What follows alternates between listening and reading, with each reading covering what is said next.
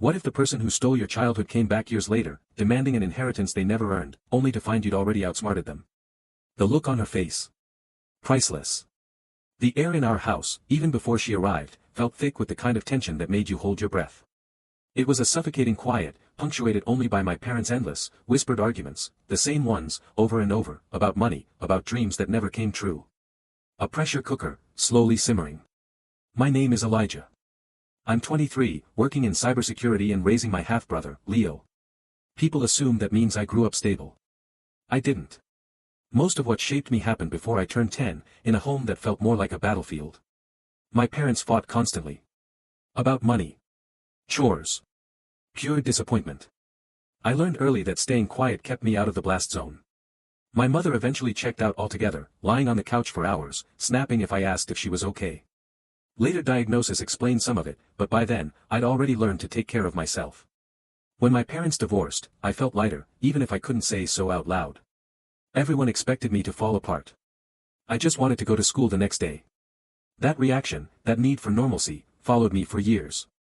My dad, David, got full custody. He was kind, but conflict avoidant to a fault. If someone raised their voice, he folded. We lived in a cramped apartment for a while, then eventually moved to a better neighborhood when I was about 12. That's when he met Serafina. She lived a few houses down, always walking her dog like she was waiting to be approached. She introduced herself with a stage-ready smile and told my dad she loved kids. But the way she looked at me felt more like an assessment. Within a week, she was commenting on how quiet and hard to read I was. Always to him, never to me. She became a permanent fixture fast. First evenings, then weekends, then long stretches where she simply didn't go home. By 16, she moved in outright, treating the house like something she'd bought.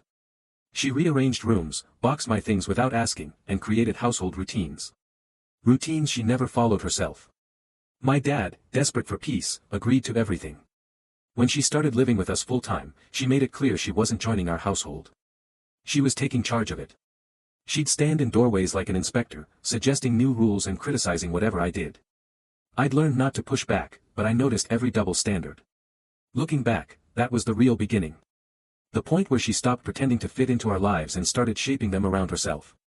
I was 16 when Serafina made it brutally clear she wasn't living with us, she was taking over. The first morning after she moved in. Full story video link added in below.